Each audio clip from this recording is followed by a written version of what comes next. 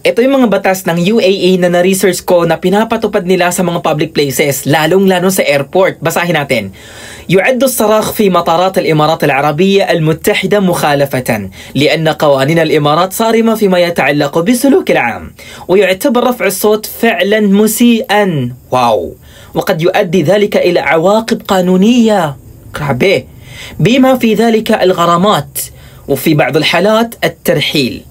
Okay, in short translation natin, ang pagsisigaw sa loob ng airport ng UAE is considered as a violation. Okay? Dahil ang batas ng UAE, pinoprotektahan nito, napaka-stricto nila pagdating sa public behavior. Okay?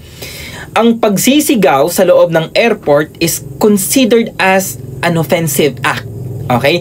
Some points or some cases, humaharap ito sa penalties. Okay? In some cases naman, humahantong ito sa deportation. Instead na papasok ka sa Dubai, de-deport ka nila. Yun yung first na violation na nangyari kay Phuket at bakit hindi siya nakapasok sa Dubai. Alam nyo ba guys, itong pangalawang batas ng UAE na nalabag ni Phuket, isa sa pinakamalaking violation. Basahin natin. المادة 359 من قانون العقوبات الإماراتي بالسجن لمدة تصل إلى سنة وغرامة تصل إلى 100,000 درهم إماراتي كل من دخل متخفيا إلى مكان مخصص للنساء فقط أو يمنع دخول الرجال إليه. Ang ibig sabihin nito sa batas ng UAE, Article 359, sino mang mga lalaki ang papasok sa mga prohibited area or mga rooms na para lamang sa mga babae ay mapapatawan ng 1 taong pagkakakulong. At ito pa, mapaparusahan din siya ng 100,000 dirham. Grabe, imagine niyo yun. Ganun kalala itong dalawang batas or itong pangalawang batas na nalabag ni Phuket. Kasi pumasok nga siya, di ba, doon sa CR ng mga kababaihan.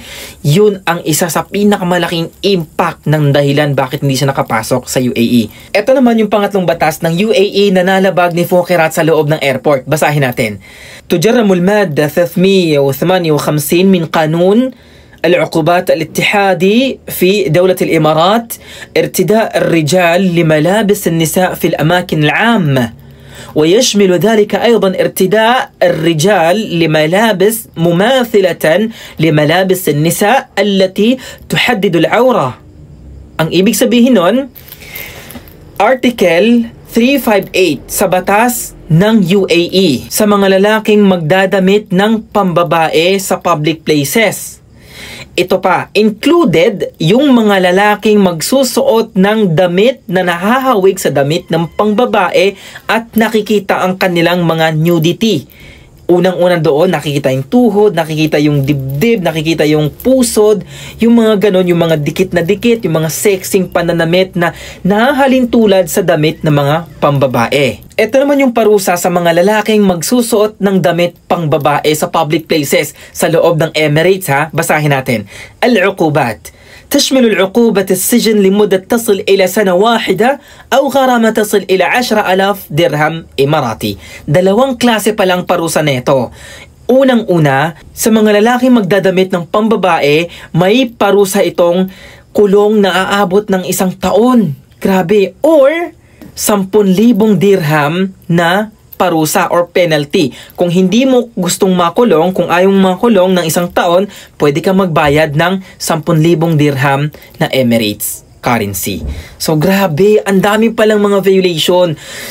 Based tayo doon sa sinabi ni Phuket sa explanation niya, hindi daw dahil sa pananamit niya, hindi daw dahil sa pag-iingay niya. Well, hindi tayo pwedeng mag-judge doon. Pero mag-base tayo doon sa sinabi ni Queen Hera at ihahalin tulad natin or i-relate natin sa mga batas ng UAE, talagang tugmang-tugma yung mga explanation or yung mga statement ni Queen Hera doon sa kanyang video. So yun yung mga violations na nalabag ni Phuket, bakit hindi siya nakapasok sa UAE. So yun lang guys. Assalamualaikum.